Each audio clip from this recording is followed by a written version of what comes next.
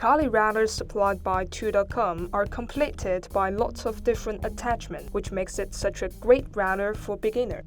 In this video, we're gonna share with you some tips and tricks about how to install and use this handy tool so as to help you get the most out of it. Let's get started with the installation of the router itself. Put the router bit into the central port and lock it in place by employing a 2-wrench system. One wrench to hold the spindle, another wrench to hold the Kali nut, and to twist it to tighten it up. Following that is to install the router collet.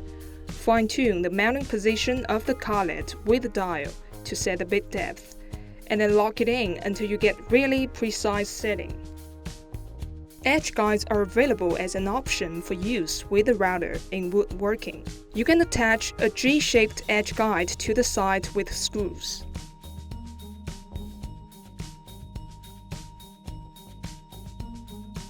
Also, you can either opt for a linear guide to route in a stable and straight manner.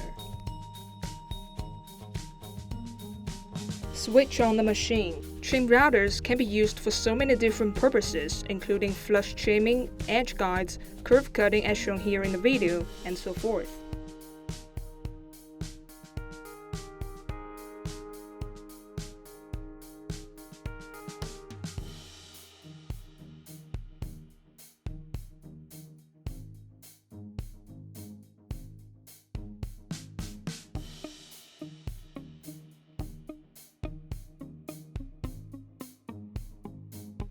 The G-shaped edge guide would come into play when you were trying to run the groove parallel to one edge.